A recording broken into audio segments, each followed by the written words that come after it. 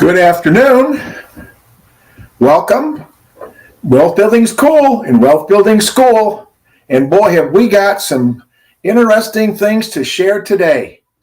As you saw, the topic for today is kind of a unique way of looking at, once again, to not lose money and continue to build wealth at the same time. So a little bit of a review to make sure we're comfortable where we've been. We spent our last week talking about the 15-year mortgage, the biweekly mortgage, and paying next month's principal as ways to shave many years and thousands of dollars off of your mortgage loans. We're going to take that a step further today, as you saw, and talk about replacing a first lien mortgage on a home with a home equity line of credit, a HELOC. Now, most people have thought a HELOC was supposed to be in a second position. That's the way it was created. That's what banks put together years ago as a way to have another source of income from loans and give people an instant line of credit. Hence, home equity line of credit. People have been using it in many times the wrong ways because they buy assets that are going down in value, whether it's cars, furniture, or other items, or to pay some credit card debt off. And there's some issues regarding that process too, which we will talk about. But more importantly, let's look at the possibility. Just feel me out for a moment. What if you could save thousands of dollars on a mortgage loan and get done with it much faster? Over the weeks we've been together, I share some of the same philosophies because, number one, people need to hear them several times before they sink in and become a habit. And one of them is borrow as much as you can and pay it off as fast as you can. And that becomes the biggest concern I have with talking about this topic for today, replacing a first mortgage with a home equity line of credit. But before we do that, let's just simply take a peek at where we've been very quickly. For those of you for the first time, it's going to be very fast, but why people don't build wealth, it didn't occur to them. So once again, if you've never thought about replacing a first mortgage with a home equity line of credit, then obviously that's your first weak link in your chain. Hopefully after today, you will decide to do that. And once you decide to do that, if you don't exactly move forward, you put it off, you procrastinate, because you want instant gratification. You're comfortable making your monthly mortgage payment or your biweekly mortgage payment or any kind of a mortgage payment. And then you don't understand the key component of why it costs Americans so much money. The eighth wonder of the world is compound interest. Unfortunately, most people use it the wrong way. They pay somebody a lot of money in interest. As you well know, borrowing on a traditional 30-year mortgage can actually sometimes have more interest paid in most cases over the 30 years than the cost of the loan.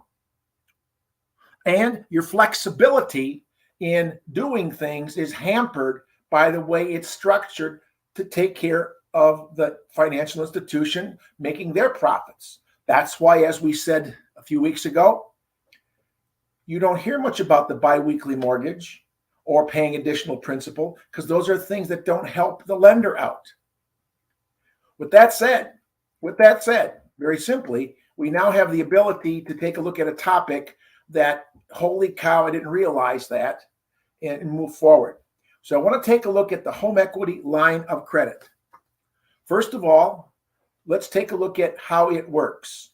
You take the equity out of your home, minus your first mortgage, and they'll give you a certain amount of money, usually based on the prime rate. Now, I'm going to use some examples that could change because we're in an inflationary market. Interest rates are going up. A couple of months ago, I probably would have used 2.3%, 2.5%. Now I'm looking at maybe 3-4% as an example. But the interest rate is not nearly as critical as the concept. This will work at any interest rate. I started doing this years ago when my second home loan was at 12.45%. 12.45%. And now we see numbers that are in the single digits for years. Many of you that are on this podcast today have no idea what double-digit interest rates even are, let alone interest rates that aren't in the teens, but in the 20s. So this is still a tremendous, tremendous economy, except we have to look at how we win in this inflation, hence my winflation topics previously, versus how you let other people win, i.e. lenders. So this tool is going to make some sense, I think, if you're willing to not just let it end today, but spend some time now that you realize it to make a decision to do it and get yourself in gear to go ahead and set a goal, talk to some lenders, read some articles online, do as much activity as you can before you make the decision to actually make the application and the process of getting rid of your first mortgage and replacing it with an equity line of credit, which we're going to assume today sounds like nothing more than a checking account in the future. See, most people never thought, a lot of people have never thought about using the equity line of credit as a checking account. I've actually ordered more home equity line of credit checks than I did actually my checking account checks, because I learned to use that equity line of credit as a huge checking account that I made deposits in every month, hence my payroll, my income, my rental income, anything I made money on, income of any source, went into my home equity line of credit to reduce the principal balance immediately that day until I needed to write checks. So we have a simple process. It's really 4 steps that get you in gear. But before we look at those 4 steps, just remember, you also have to realize the power of the cost of waiting to do this. The sooner you do this, the longer you will enjoy it. The opportunity cost of hearing about it, thinking about it, but not acting on it will cost you dollars a day, thousands a year, many thousands in a decade.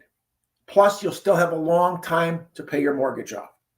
With that said, we can take a look at very simply the 4th component of the world, and that is the rule of 72s, the rule of 115s, and the rule of 144s. How fast my income can double, triple, or quadruple. How fast I can reduce the interest on loans by doubling, tripling, or quadrupling my payments.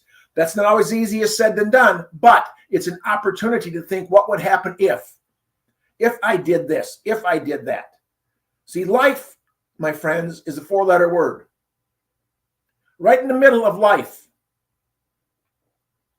in Wayne's World is the word if. And all I'm suggesting is you have a lot of if decisions to make after we talk today. In fact, after we talk every week. If I do this, then this will happen. If I don't do this, then that will happen. And some people are better at managing their if decisions. I'm suggesting strongly this could be the biggest if decision you make in your life if you currently have a home mortgage, or you'll be buying a home and need to put a first mortgage on it in the process. It's just the nature of how we work and what we do. And the links in the chain are always there. For you right now, it might be an aha, an awareness. It might be a goal, but make the commitment and understand the time perspectives, and you're going to be fine. So with that said, let's look at 4 simple steps that make things happen as part of my 10 INCOME-mandments. We did look at pay yourself first, and this is really going back to that. You're paying yourself first, and here's how you do this. You may want to write these 4 points down and look at them in detail later. First of all, this whole system of replacing your first mortgage with a HELOC is to have a budget. You have to have a budget. And then you're going to replace your first mortgage with a home equity line of credit. You'll apply for a home equity line of credit. You'll pay it off, or you'll use it to begin with. So now your home equity line of credit is in the first lien position. It's your, quote, first lien, not your second lien. It's your first lien. And with that HELOC account come checks. And now the 4th component is discipline. People that are not disciplined have a hard time doing anything that builds wealth. Your dedication, your discipline, your desire, and your determination to pay off your home as fast as you can, as quick as you can, and pay as little interest as you can is what makes this work. It's the 4 Ds of a tough-minded wealth builder. You're dedicated, you're focused like a laser beam, you're disciplined, you have a desire, and you're determined to get it done. So once again, you got to have a budget, step 1. Step 2, you have to be willing to replace. After you do the research, talk to your accountant, talk to your finance person, talk to your attorney if you have to understand what's going on. So they give you their perspective. Then make a decision to replace the HELOC, use the HELOC to replace your first mortgage. Then finally, the discipline of doing this on a regular basis with your monthly income. So as an example, to make it simple, let's pretend you start out with a $200,000 mortgage balance at roughly 4%, around 4.25%. The monthly payment would be $698.63. Now that's interest only. If you made $693.63 payments every year for 30 years, you'd still owe $200,000. There's no amortization in a HELOC. Put it this way, there's no forced amortization in a HELOC. It's your decision to pay extra to bring the loan down. And that's why a lot of people get locked into paying just a lot of interest and never pay off a balance. Now, that could be an investment strategy, which we'll talk about in future weeks. But for right now, that's not a good thing. You're not borrowing as much as you can and paying it off as fast as you can. In fact, you're not paying off any of it. But for right now, let's pretend you took a different approach. And let's pretend that you had an income of $7,000 a month. I don't know where it comes from. Could be rental income, could be 2 jobs, could be investments, could be a salary, could be commission average on real estate sales. But for some reason, you can put $7,000 a month into a checking account from some type of income. Instead of the checking account, you put it right into that HELOC that has a $200,000 balance. The moment you do that, you just drop the balance down to $193,000, paying daily interest on that. You're not paying daily interest on $7,000 at roughly 4%. But you have expenses. And see, this is why the budget is critical. This will not work if you have more expenses than income. In fact, people's lives don't work if you have more expenses than income. My goal has always been in Wayne's World of Wealth Building to teach people how to run out of month before they run out of money. And I'm sure you're aware, some people do that backwards. They run out of money before they run out of month. And those last few days are terrible, terrible. And now with inflation, it's pretty much a possibility of running out of money faster, even a few more days than the last 3 or 4 at the end of the month. And you well know it just by your shopping. I just watched a video on YouTube of a trucker, a long haul trucker with 2 75-gallon gas cans on the sides of his trucks. He uses diesel fuel. He filled them both up and showed us a picture of his diesel pump. He spent over $1,000 in diesel fuel to fill up his truck. When prior to that, it was less than $500, not that many months ago, just prior to the last presidential election. Double. And I'm sure his rates didn't double, his salary didn't double, his jobs didn't double. So he is losing money. The problem with losing money is if you keep losing money, then it becomes a very serious problem. With that said, we are now going to look at this concept of this $200,000 loan that we moved from a first mortgage into a HELOC, or we applied for a HELOC to begin with instead of a first mortgage. But I'm starting to pay my bill. So as I said just a few moments ago, you're going to be using that HELOC checkbook kind of like a checking account. So let's, for the sake of my example, you're welcome to write this down. Remember, we had a $200,000 loan balance. we're bringing in $7,000 a month. And I will assume we have $4,000 worth of expenses to live on. Food, clothing, shelter, gasoline, insurance, the typical budget items.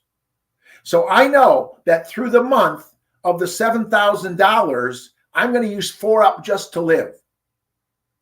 So if I do that, I have a net of $197,000 somewhere through that month. Again, $200,000 worth of loans, a $7,000 income deposit, but a $4,000 worth of expenses. So I've immediately dropped my equity line payment balance from $200,000 to $197,000. Now my payment that used to be close to $700,000 changes to about $688, $687. My payment's gone down on a daily basis of interest. So next month, my balance now is at $197,000, but my payment is $688. Now, if I still make $7,000 in income, and I still have $4,000 in expenses, I'm still bringing down my equity balance to $194. Now my payment goes down to $677. Just in that short period of time, I've changed my payment almost $25 a month. That's $300 a year, and I'm paying less and less interest. And if you kept doing that, every month, put in the $7, every month pay the bills. Now, if you can find ways to change your consumption patterns, instead of spending $4,000 a month to live, can you cut that down? Can you buy things on sale? Can you find a cheaper gasoline station? Can you find a way to maybe keep your air conditioning a bit higher this summer in terms of 77, 78 instead of 73? Can you make some decisions on how you spend your money and maybe change your expenses to $3,800, $3,700, $3,600? What can you do? Because every dollar you don't spend, that means the balance in your equity account is going to keep coming down, down, down, down. And if you continue doing that, and you're welcome to go online, and there's many amortization schedules. If you just searched HELOC amortization schedules and start looking at some articles about using the HELOC as your first lien, and then follow the plan and put your own income in there and put your own expenses in there and carry it through for a year, 2 years, 3 years, 4 years, 5 years, 6 years, 7 years, you will be amazingly shocked, because you will not believe how fast you will get that $200,000 loan paid off. And for many people in Wayne's world, we find they become, I don't want to call it obsessed, but they now want to even try their best to make some extra money to get their income up to $7,200, $7,500, maybe even $8,000, whatever the number is, and not spend that money on consumption. They will delay instant gratification because using the first mortgage is disastrous over 30 years. Using a HELOC in its place, you can see the light at the end of the tunnel, because you'll probably end up much less than 15 years in time to have that house paid off as you keep doing this. Now, I understand the interest rates could rise, they could go down. Again, it's not the interest rate that's the issue. It's the balance on the loan that's the issue. Please remember that. It's not the interest rate that's your issue. It's the balance on the loan that's the issue. You got to pay the loan down, and that's what the equity line of credit does. If I can immediately put in my monthly check immediately on the first of the month or whenever I get paid into the home equity line, I'm reducing that balance. See, I don't do that with a typical mortgage. The mortgage loan is amortized, principal, interest, principal, interest, principal, interest. That becomes a very easy pattern, and you get comfortable. You get into a comfort zone.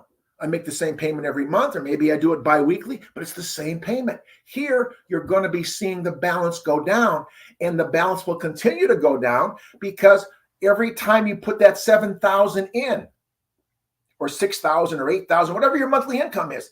That's money you don't pay interest on. And the longer you wait to pay your bills, the longer you can hold it. So let's take an example there. I pretty much try to put everything on a credit card. Every bill I pay, water bills, electric bills, insurance bills, gasoline, all kinds of bills. My insurance bills. I can't think of anything unless I have to give somebody some cash for something they did, like tips at a car wash.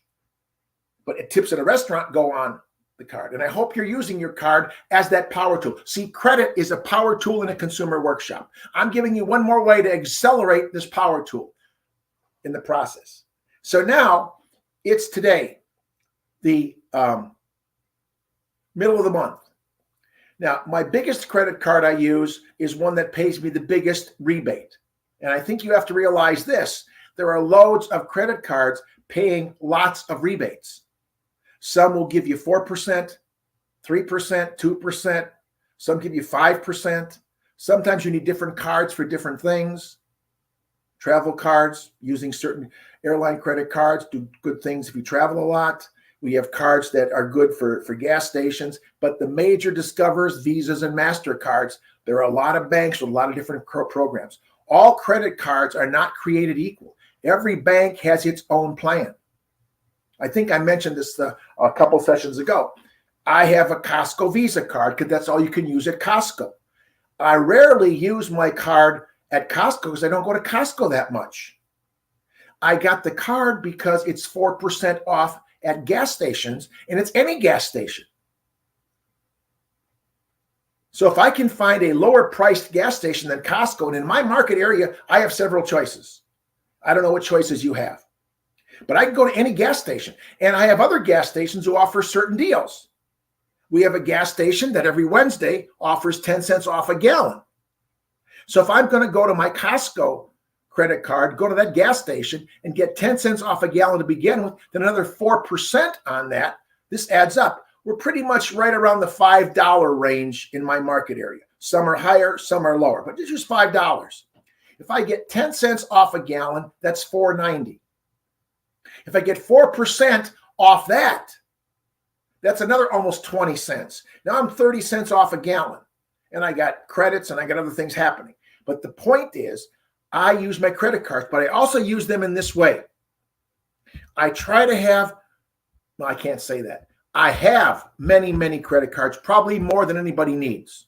You collect something, I collect credit cards. I use them for balance transfers, for equity lines, for ways to use other people's money. But more importantly, if I just had 3 or 4 or 5 or 6 different cards, let's say I had 5, and every one of those 5 cards had a different billing date. And today, let's pretend, is the 20th of the month.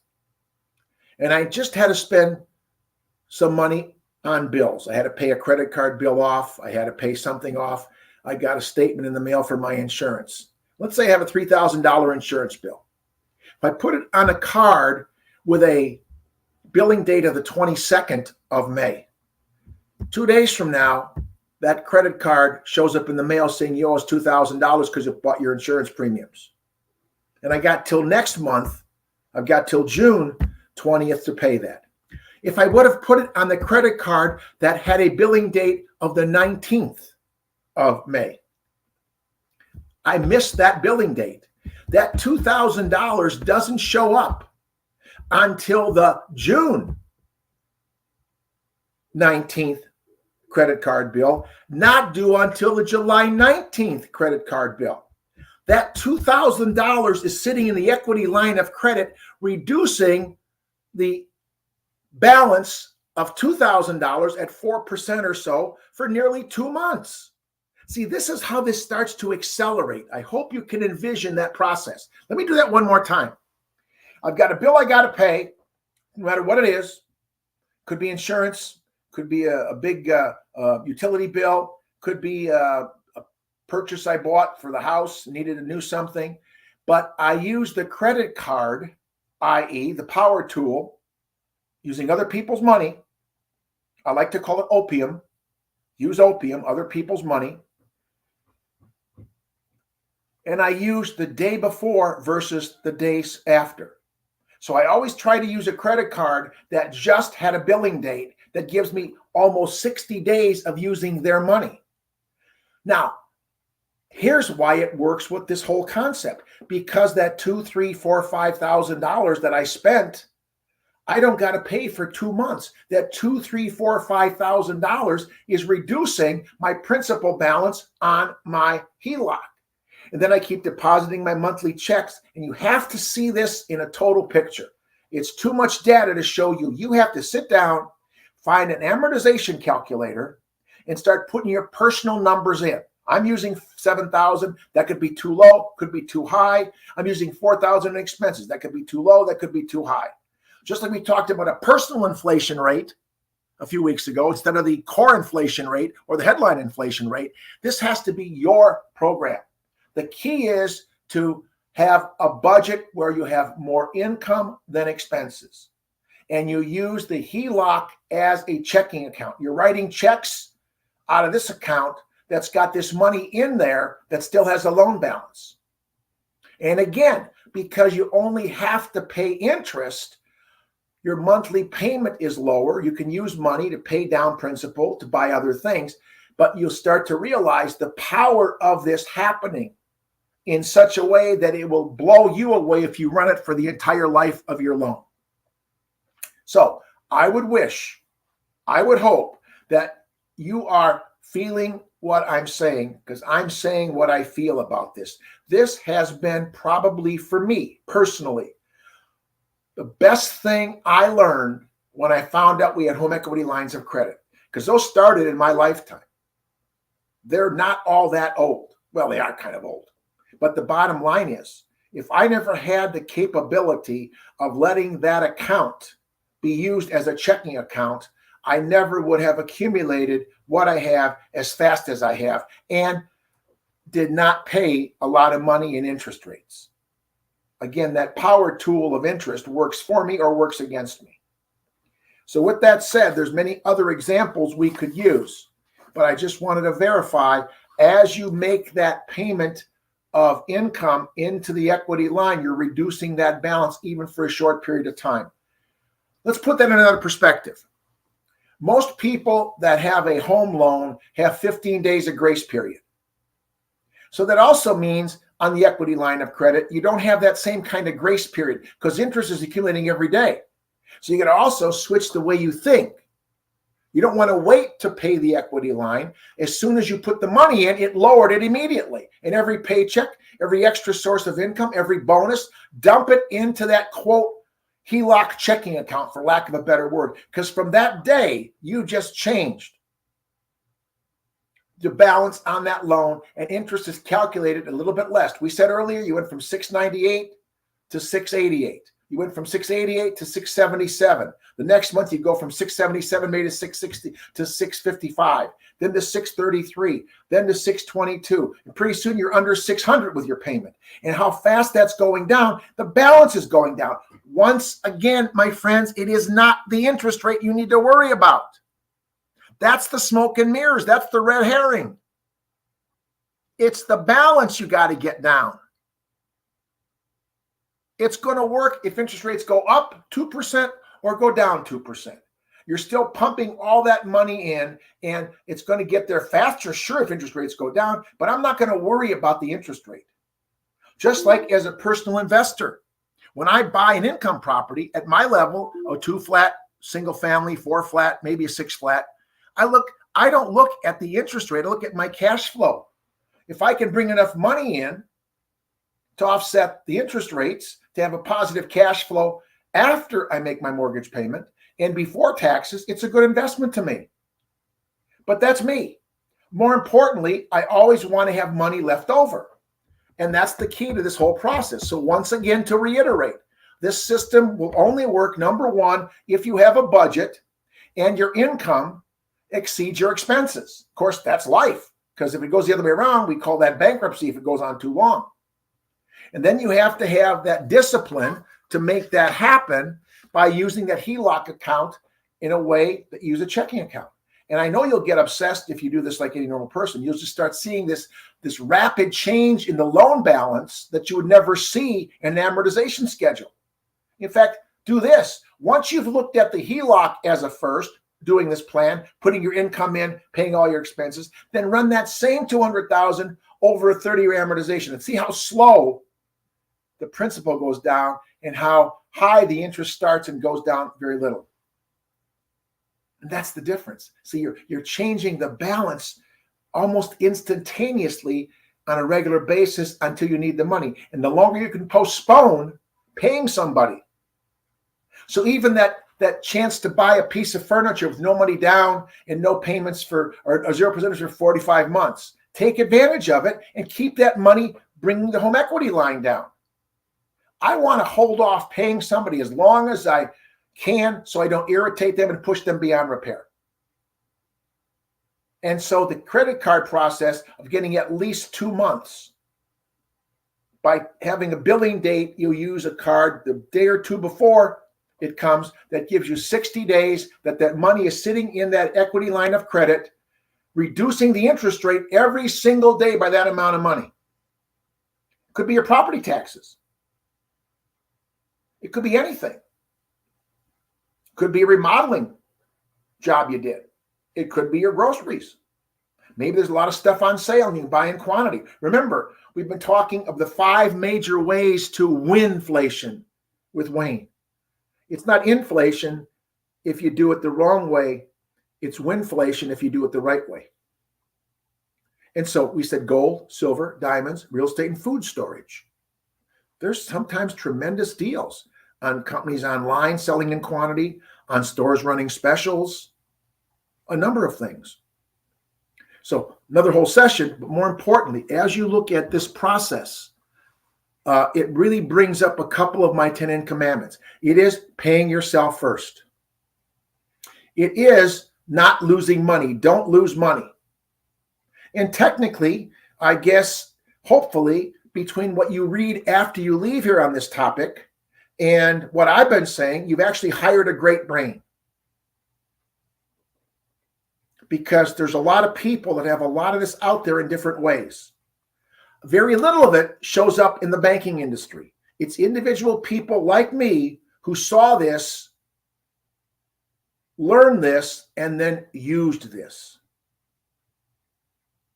Knowledge is not power in wealth building. Knowledge is only potential power. It does not become power until you use it. You can go on paper and see how many thousands you'll save and how fast you'll pay off your loan. But if you don't do it, you'll be paying it the same old way, because you're in your comfort zone. You have to be, as I call it, inspirationally dissatisfied with losing money. But it's so easy. How many people in their budget have monthly recurring expenses for magazines, cable bills, extra phone lines that they just keep paying and paying and paying? They got used to it. They got into a comfort zone. I'm taking you out of the comfort zone to use other people's money. And because you're not giving the bank money, you're getting the best use of their money. And they're happy you're paying it down because you look good on paper when they do a credit check. You're reducing your balance on a regular, much faster basis than if you did it the traditional mortgage loan way.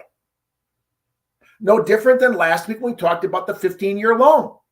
You change the principal so you're done paying the loan in 25 years. Now, can you envision accelerating this in such a way to combine some of the benefits of the biweekly mortgage concept with changing the balance on a regular basis? So you're changing what's called the average daily balance.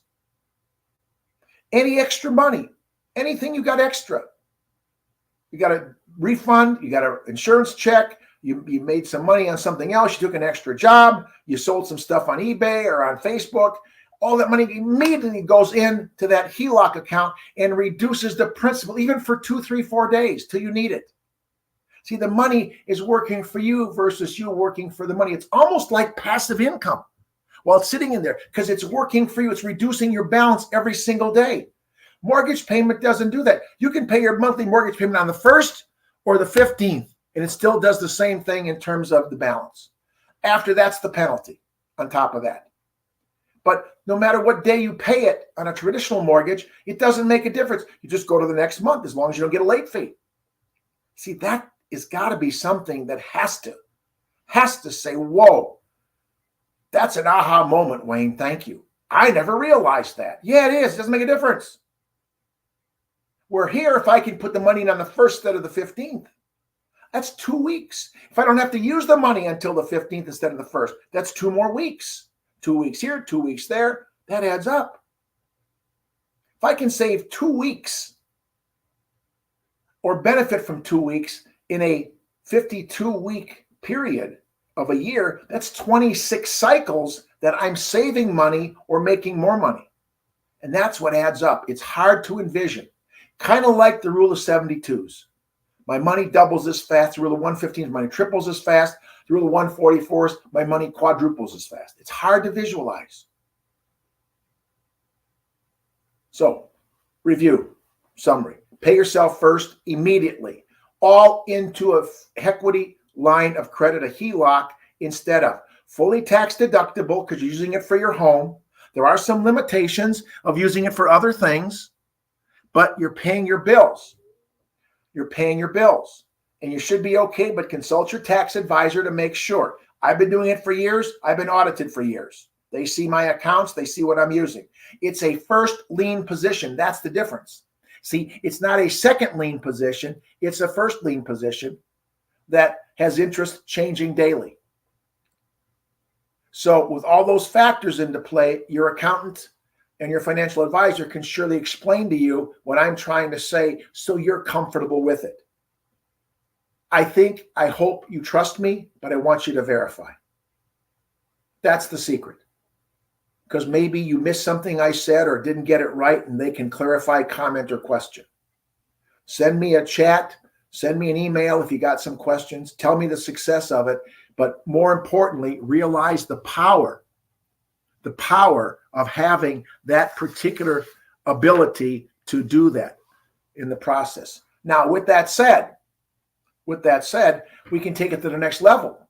I can take this same concept and use it to buy a second home, a vacation home, or to buy 2 income properties a year. Same thing. Use a HELOC because there are HELOCs on investment property. I currently have a 6-bedroom home I rent. It's a good rent. Been renting it. In fact, my tenants have been there for 6 years, both doing very well in life. They just don't want to buy or can't buy. But I've got a HELOC. I have no first mortgage on that account, but I have a HELOC. And again, at this point, I keep paying it down to where there's no longer any balance. But I immediately have all that money I could use to buy another property. So you want to also spend some time reading after you leave me to get more information to make a better decision on using a HELOC for your vacation home or second home, or using a HELOC for your investment properties. Now, if you're going to be at a big, huge 200-unit building or 150-unit building or syndication, those things are different. That's a whole different world. We're talking about the typical investor beginning, my theory, buy 2 a year. This is Wayne Paprocki at the entry level. This is not somebody buying hundreds of units in an investment strategy. Same principles work, but in a different way. There are many advantages a person buying a 200-unit complex has that I don't have, and vice versa. But the concept of the HELOC that was designed for single-family homes and principal residences has been able to be adapted over the years by people like myself who figured out, hey, wait a minute. This is going to work if I do this differently. And with that said, you now have done exactly what the first 5 INCOME-mandments have done. You paid yourself first. You're finding things out by hiring great brains. Maybe you have to pay some attorney or accountant to explain it to you, or an investment advisor. The odds are you won't get a lot of information from a banker. That's not their strength, because they want to have you pay them interest, not save interest. And hopefully you'll see the power that you're not losing money. And you're using other people's money, because instead of giving them interest payments, they're not getting the interest payments anymore. And you can use this to buy a second home or 2 more homes as investment properties every year. And we're back to that strategy. I cannot emphasize that enough. My focus, like a laser beam, is for every person that's a realtor on this call, and probably most of you are, is you should be buying at least 2 income properties for your own account. The passive income, you've heard this from everybody. Many of you follow Grant Cardone. 10x, basically the power of that is evident at that level. It's very evident at my level. The bottom line is I'm able to write off a lot of my expenses because I've got good tax benefits on those income properties, and I got the passive loss rule that gives me unlimited losses against my other income. And that's something many other people that are not real estate professionals do not have. Unless you're a real estate professional, your passive losses are limited to $25,000. Well, that's fine if you have 1 or 2 properties. But remember, every $1 million worth of residential real estate building value gives you a $36,000 deduction against your income, whether it's income from the property or income from your other jobs. Every $1 million. That could be 1 building, could be 2 $500,000 homes. It could be 4 $250,000 duplexes. I don't care how you accumulate the million. But now if you soon then have $2 million worth, because you're buying 2 a year, then $3 million worth, at $3 million worth of real estate building value that's residential, you are depreciating $108,000 artificially against other income. Whether it's the income from the building and or a combination of income from your job. People, we have a benefit as realtors, as real estate professionals, that other people envy because of the fact that we are identified as part of the tax laws as you fill out your Schedule E.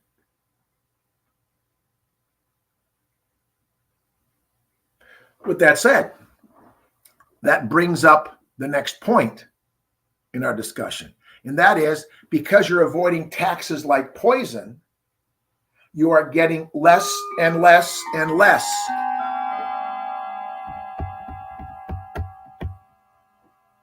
and less of tax liabilities, which means you have more money to spend. Remember, your money goes in 3 places: your consumption, your savings and investing, and your taxes. Obviously, as we said earlier in my example, if I can reduce my expenses, that helps this whole first lien HELOC going down faster. But it also means I have more money to consume and more money to use for other things, i.e. investing, or maybe just bringing down the loan even further. See, the goal is, it's not the interest rate, it's the balance. How soon can I get that $200,000 loan down, down, down, down, down? And that's what you're going to find out. That'll be your aha moment if you actually run your personal comparison of using your first lien HELOC versus traditional mortgage in the process. And you can always convert. If you needed the first lien mortgage for some reason, you can get it. You can then change to HELOC later. And the beauty of a HELOC is it doesn't have all the costs associated with it. You don't have all the same costs associated with a HELOC that you do with a mortgage.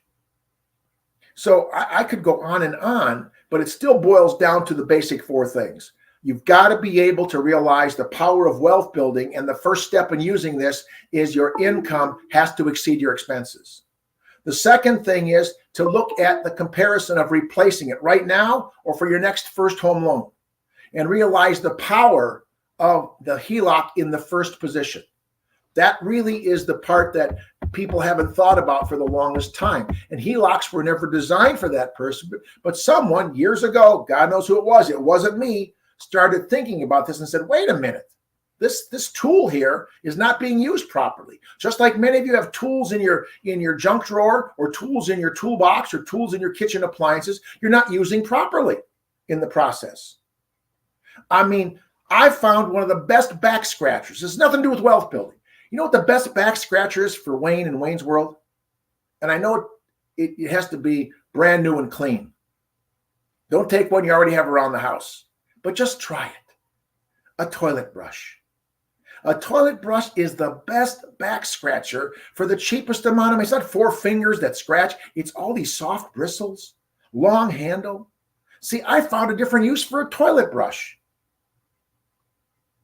If you came to my house, you'd find a toilet brush in one of the dens. You'd find one sitting on a desk someplace, because I use that as a back scratcher. Looks kind of crazy, because people say, well, you got a toilet brush in your kitchen? Yeah. You got a toilet brush on your credenza? Yeah. So we find other uses. The first lien home equity line of credit is a totally different use of a product that never was designed for that purpose. Just like we find people using Coca-Cola to do cleaning with, to get rust off bumpers. We find all kinds of different ways to use toothpaste, all different kinds of ways to use all rubber bands. We found another way to use a home equity line of credit, a HELOC, making it your first lien position. That then creates the next level. As you want to start making this happen faster and faster and faster, and as you buy your 2 properties a year and you do some other things, you want to create multiple streams of income. That's the MSI. The MSI. And then with that becomes more and more passive income. Every single property I buy, 1 more, 2 more, 3 more, 4 more, 5 more, 6 more, 10 more, 20 more. I'm creating another stream of income. Cash flow. Cash flow. Again, borrow as much as I can, pay it off as fast as I can, and use the equity. So now that I'm paying off this HELOC line of credit even faster, now I've got some extra money to use to make some other investments, and the cycle unrolls. I don't want to go into that depth. That's kind of like our advanced seminar. Once you've mastered this and proved to me you have a home equity line of credit in the first position, then maybe we can put together a group of people who want the advanced course in taking that and using it to accelerate your growth even better with multiple streams of income using the equity in the HELOC that you've been paying down like crazy. Borrow as much as you can and pay it off as fast as you can. That is Wayne's World in a nutshell. Money needs to be moving around. I call it the velocity of money. I mean, money is being stirred constantly. It's not sitting stagnant as equity in my home or equity in my whatever. And I'm buying assets that are growing in value, not assets that are lowering in value. Some assets are bad debt. Some assets are good debt. Obviously, debt like this is good debt because you're using it to grow, but you're also paying it down as fast as you can and as quick as you can for the least amount of money interest as you can. And because it's flexible, once again, the interest is important, but it's not the predicting factor. The sooner I can get my principal down, even if rates go up, my monthly payment didn't change. In fact, some people actually are focused like a laser beam on this strategy. As they see interest rates going up, they don't want their payment to go up. They pay off more principal quicker to get the balance down. So their constant payment stays the same, but they're reducing the principal. So more is going towards the interest, more towards the principal, less towards the interest. One more time, I said that too fast. Some people, as interest rates go up, if they got to make a prepayment of $500, $800, or $1,000 or more, they try their best to do that so that they can take advantage of the process. Example, I showed everyone a couple weeks ago a picture of a credit card application I received for a 0% balance transfer for 21 months. That's the longest I've seen. 21 months at 0% for a 3% fee. Now let's think about this. I take that out for $20,000 today. 0%, but I pay a 3% fee up front. I'm paying $600 up front, interest deductible, because I'm using it for my business. And I'm going to pay $20,000 down on that equity line of credit at 4.25%. At 3% for 21 months, I'm borrowing that money at about a net of about 1.5%. Wait a minute. I just bought money at 1.5 and used it to pay off a loan at 4.25 for 21 months. Now I got 21 months to create multiple streams of income to pay that $20,000 back. Or if I didn't, I just raised my loan balance again. But for those 21 months, I had $20,000 of less principal at 4.25% interest. I sure hope you feel what I just said. I bought the money at basically 1.5% interest, turned around and used it to pay off a 4.25% loan. And I got 21 months to figure out how I can get all or some of that $20,000 back. And if I don't, I just use the equity line and write a check to pay off the credit card. And I'm back to where I was, but I saved thousands in interest.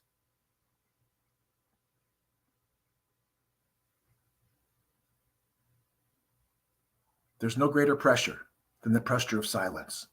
And I wanted to be silent for you to think what went on in your head when I just said that. Did you feel what I said? Did you feel the power of taking something, I'm buying money at a lower price and using it to pay off something at a higher price? Wow. If that doesn't make any logical business sense, you need to sit down and think a little bit more about how money works and the money system and how interest works. So multiple streams of income. There's one source. Now I'm positive. Even if I couldn't find a way to pay off that $20,000, well, I pay a little bit of payments. I probably have 17 left. I got to make some minimum payment, but it's minimal, zero interest. By 20 months from now, there'll be another credit card out there offering me something. So sometimes I keep that ball rolling for a fraction, 3%. For 21 months. If it was 3% for a year, that still wouldn't be all that bad. 3% for a year still means I'm making headway because I'm paying off money at 4.25% by buying it at 3%. That's a pretty good split. It's a pretty good return. So all I can suggest strongly is you take a look at this day and make yourself a mental note. I need to spend X amount of hours searching the internet, reading articles, looking at some amortization schedules on using a HELOC, comparing to a typical amortization of 30 years or even 15 years if you want to go that route. Doesn't make a difference. See, it's not the time, it's not the interest rate, it's the balance. I got to get the balance down. And I can't get the balance down on a typical amortized loan. I can't do it. It's not designed to be done that way.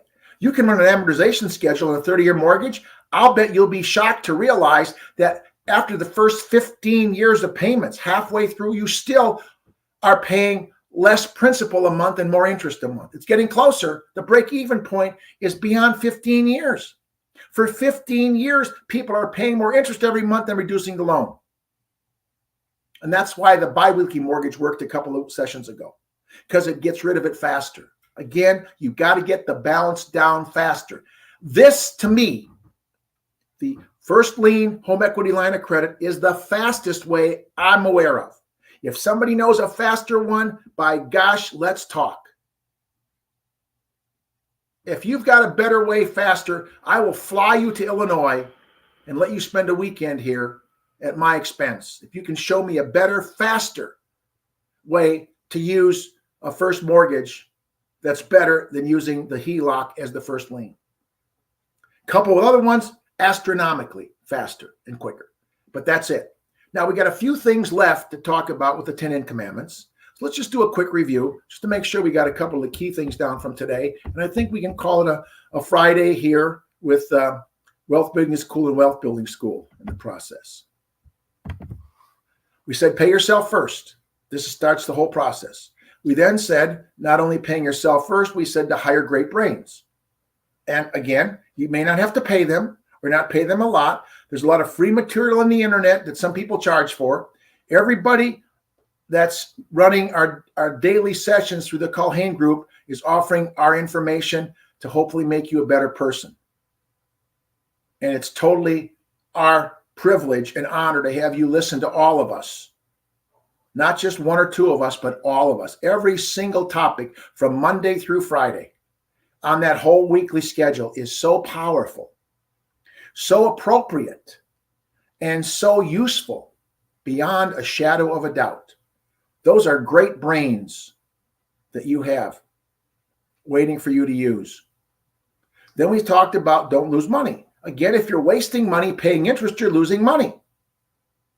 And above all, we know the power of credit. It's a workshop, but it's a power tool in the workshop, not just a place to go get money. How fast can I make my power tool work better?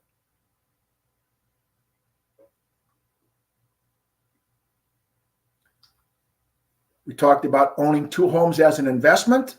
Every year you add 2 more, or buying a vacation home and using the equity line of credit. In fact, there are several good articles. Just Google using a HELOC to buy a vacation home, and I bet you'll find loads of articles on that one. So you could start fresh with an investment, a vacation home that you're using a HELOC for the first lien position. That'd be a great thing just to get you thinking about this process, because there are many, many great articles and samples of and the power of a second vacation home for tax purposes. Once again, your accountant, your tax advisor, make sure they're consulted on this whole process of using a vacation home. And there's some IRS rules you got to contend with to make sure that you're following their guidelines for tax purposes. But here's how I'd like to end the day.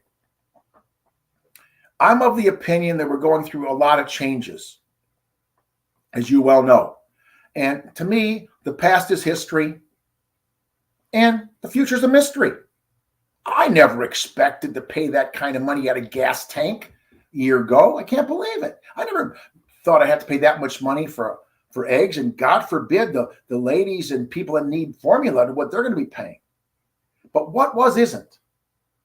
The traditional mortgage isn't the best way. What is won't be. Somebody will probably find something better in 2, 3, 4, 5, or 10 years. Who knows? But the 10 most powerful words in the English language are just 2 letters.